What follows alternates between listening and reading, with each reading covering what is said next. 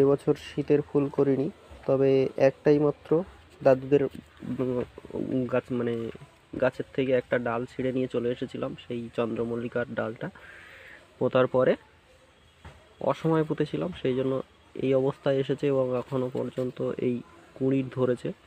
তো কুঁড়িগুলোকে আমি আর পিঞ্চিং করিনি, কারণ সময় চলে গেলে তো আর ফুল হবে না। আরে কুড়িটা হয় না, ফোকাসে আসে না।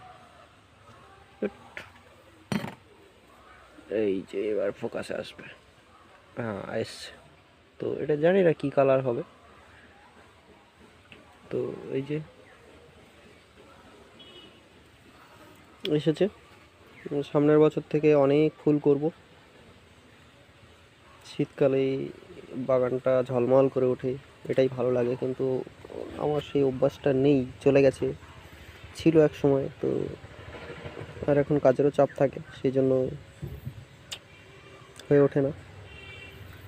যাই হোক, তবুও একটা করেছি, এটাতে ফুল আসবে, ভালো লাগবে। আরেকটা জিনিস দেখাই,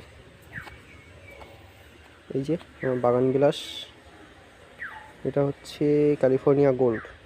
তো গাছ বাঁচানোর জন্য, মানে গাছটা যাতে সুস্থ থাকে, ভালো থাকে, সেই জন্য গাছে যা ফুল এসেছিলো সব আমি কেটে দিয়েছি, মানে কিছুদিন রাখার পরে কেটে দিয়েছি, ঠিক আছে? যখন একটু কালার ফেড হতে শুরু করেছে তখন। এই যে এই কালারটা দেখো কেমন উজ্জ্বল সোনা রঙের, আর এই কালারটা দেখো ফ্যাকাশে কালার।